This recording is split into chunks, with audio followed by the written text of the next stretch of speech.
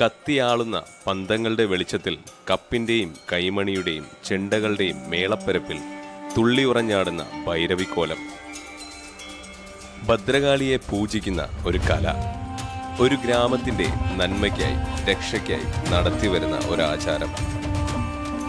പാർവതീദേവിക്ക് മോഹാലസ്യം ഉണ്ടാകുന്ന ഒരു അവസ്ഥ വരുന്നത് വിദ്യാക്ഷമുണ്ടാക്കുന്ന ദേവതാണങ്ങളെ പൂജിച്ച് അവരെ തൃപ്തിപ്പെടുത്തി അതിനെ പാളയിൽ പച്ചപ്പാളയിൽ കോലം വരച്ച് കാണിച്ച് തുള്ളിക്കഴിഞ്ഞു കഴിഞ്ഞാൽ ദേവിയുടെ ആ ദുരിതം മാറിക്കിട്ടുന്നു.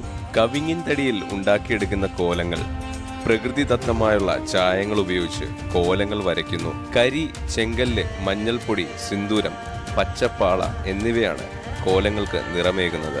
ഭഗവതിയുടെ ഉഗ്രരൂപം, അതിൽ ആനയും സിംഹവും ചെവികളെ സൂചിപ്പിക്കുന്നു. ഇനി കോലത്തിന്റെ എഴുന്നള്ളപ്പിനുള്ള സമയമാണ്.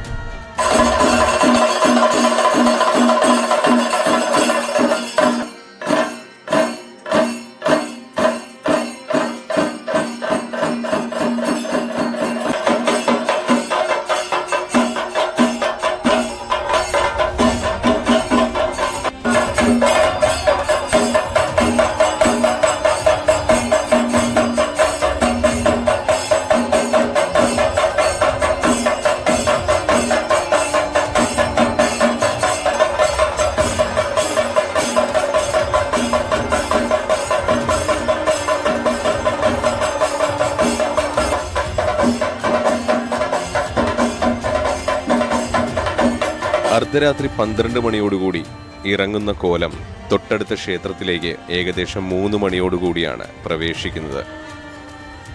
നിലവിലെ കോലങ്ങളുടെ കൂട്ടത്തിൽ ഏറ്റവും വലുതും ഭാരമേറിയതുമായിട്ടുള്ള കോലമാണ് ഭൈരവിക്കോലം.